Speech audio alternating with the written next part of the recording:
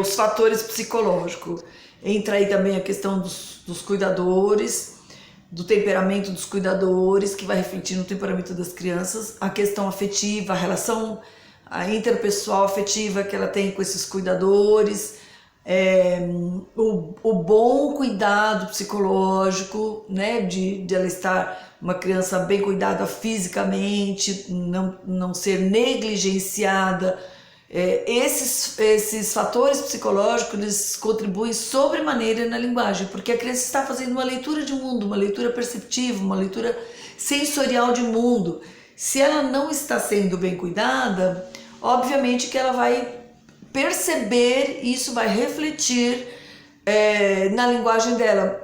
Em termos psicológicos, famílias assim, com muitas brigas, com um grau de insegurança, que não seja um porto seguro, que não seja um lugar seguro para a criança, que desenvolva nela a confiança e autoconfiança e segurança, pode desenvolver nessa criança uma criança calada, uma criança que fala muito, enfim, uma criança desequilibrada linguisticamente, que usa a linguagem como uma forma de proteção, como uma forma de agressão às vezes, como uma forma de manifestar a sua inquietação, os seus problemas emocionais, os seus problemas de falta de vínculos afetivos com as pessoas que cuidam dela, sejam essas pessoas parentes, né, que sejam pais, ou pai, mãe, irmãos, ou os cuidadores, não importa o que seja, os fatores sociais.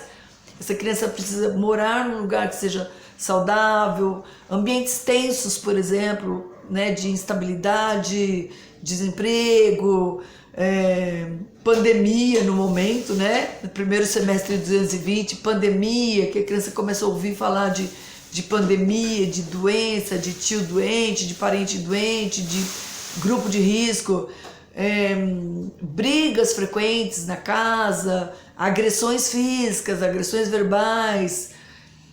Ao mesmo tempo que essas coisas ruins todas depõem contra, né, o desenvolvimento linguístico, eu costumo dizer que uma das coisas piores para o desenvolvimento de uma criança é a superproteção. A superproteção, na maioria das vezes, os pais têm a melhor das intenções ao superproteger, mas eles não dão oportunidade para a criança se desenvolver. Então, antes da criança falar, ele já atende. Antes da criança pensar, ele já desfaz a necessidade dela. Então, ele não deixa a criança ter aquela necessidade básica que causa um pouquinho de angústia para ela querer, desejar uma coisa. E ela não consegue manifestar linguisticamente o seu desejo, a sua aflição, porque isso já é atendido antes. Então, ela não consegue processar, elaborar isso. Pais exageradamente superprotetores podem comprometer o desenvolvimento da criança como um todo e o desenvolvimento da linguagem, obviamente, né? Aqueles pais que fazem tudo por ela, né? Eles sempre com a melhor das intenções, obviamente, né?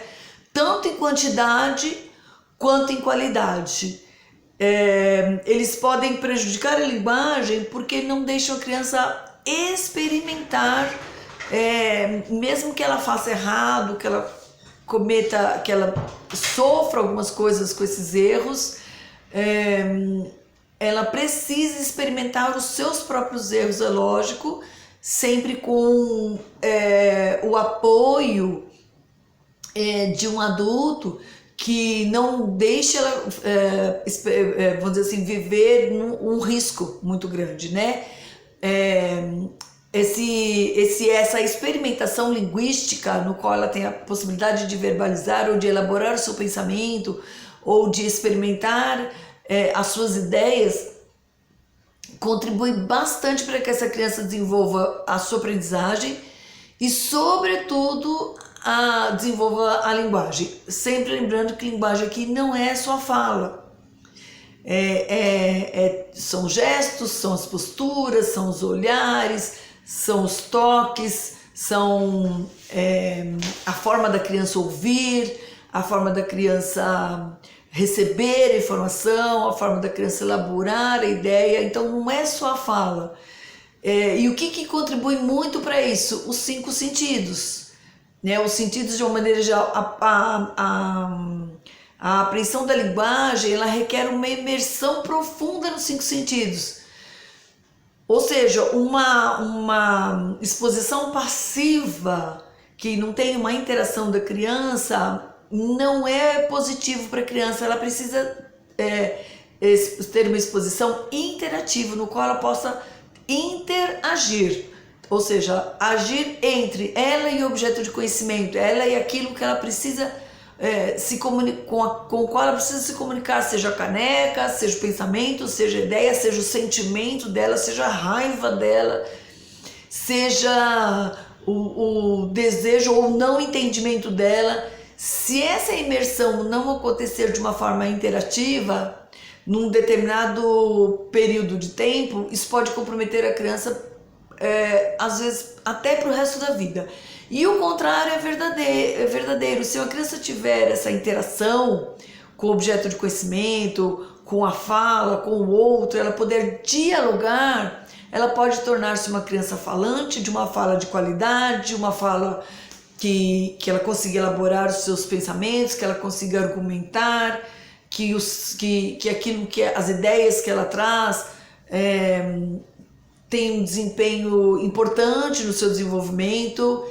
Para isso ela tem que ser uma criança que tem que aprender a ouvir, né? Para ela aprender a falar, ela tem que aprender a ouvir. Ao aprender a ouvir, ela vai aprender a oralizar, ela vai aprender a colocar entonação. Ao aprender a ver, né, que a gente costuma brincar com as crianças assim, veja com os olhos. Eles não veem com os olhos, eles veem com as mãozinhas, né? Ao aprender a ver, elas conseguem ver tons diferentes das coisas.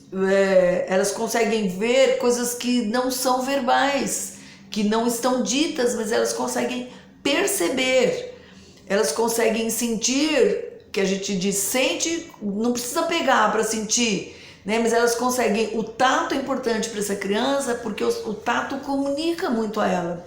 A gente costuma brincar num determinado semestre com os 5 sentidos, com a percepção sensorial, né, desenvolvendo brincadeiras de colocar a mão da criança em objetos, por exemplo, bombril, algodão, e pedir para ela, de olhos vendados, por exemplo, dizer o que é. Então, o olfato, né, cheirar um café, cheirar uma cebola, o olfato diz para ela, vai na consciência dela, eu conheço esse cheiro, mas eu não sei o nome. Ah, é uma fruta. Tem cheiro de fruta, tem cheiro de chocolate, mas não é chocolate, é algo parecido com chocolate. Então isso vai dando pistas para ela a respeito do que as coisas são.